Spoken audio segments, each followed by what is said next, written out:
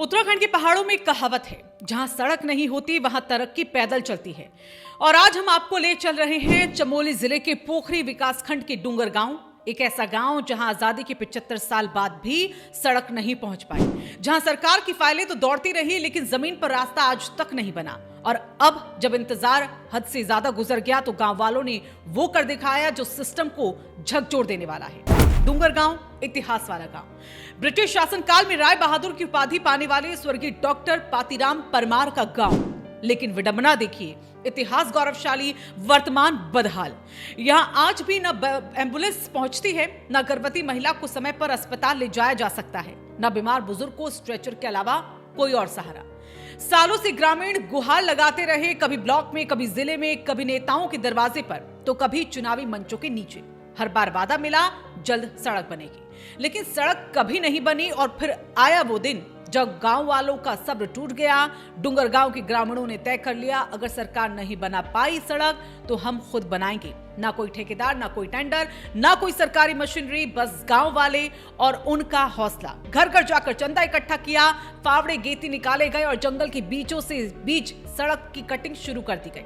ये सिर्फ एक सड़क नहीं थी, एक गुस्से, बेबसी और उम्मीद का रास्ता था। लेकिन देखिए, खबर प्रशासन तक जैसे ही पहुंची तो सिस्टम हरकत में आ गया। मौके पर पहुंची अलकनंदा भूमि संरक्षण वन प्रभाग की नागनाथ रेंज की टीम, साथ थे वन क्षेत्र अधिकारी बीएल शाह। और यहीं से कहानी ने ले लिया एक टकराव का मोड़। वन विभाग का कहना था, बिना अनुमति सड़क कटिंग की जा रही है, ये वन कानून का उल्लंघन है। वन विभाग ने काम को रुकवा दिया। लेकिन सवाल यहां पर ये कि जब सड़क न होने से जाने जोखिम में हो तो क्या कानून संवेदनशील नहीं होना चाहिए? काम रुकते ही माहौल गर्म हो गया। ग्रामीणों और वन विभाग के कर्मचारियों के बीच यहां पर तीखी नोकझोंक देखने को मिली। ग्रामीणों का इस दौरान कहना था कि जब हम बीमार पड़ते हैं तो क्या वन कानून हमें कंधे पर अस्पताल तक ले जाता है? साहब, हमने चोरी नहीं की, हमने जंगल नहीं लूटा, हम सिर्फ अपने गांव तक पहुंचने का एक रास्ता बना रहे। ग्राम प्रधान दीक्षा बर्तवाल खुलकर सामने आई। उन्होंने कहा, गांव आज भी सड़क से वंचित है। मजबूरी में ग्रामीणों ने खुद काम शुरू किया। अब कार्रवाई से परेशानी और बढ़ गई है। वही वन क्षेत्राधिकारी बीएल शाह का साफ कहना है, बिना अनुमति सड़क निर्माण वन कानूनों का उल्लंघन है, इसलिए फिलहाल काम को रोक दिया गया है।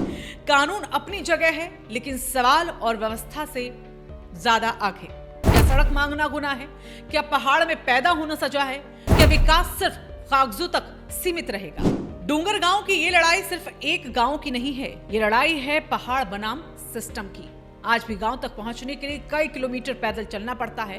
बरसात में हालात और खराब, भूस्खलन, फिसलन और खतरा।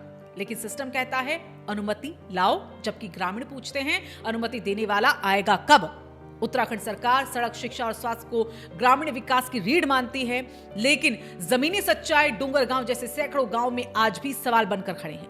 ये कहानी सिर्फ टकराव की नहीं, ये कहानी है उस हिम्मत की जो बिना मशीन, बिना फंड और बिना समर्थन खुद अपना रास्ता बनाने निकली है।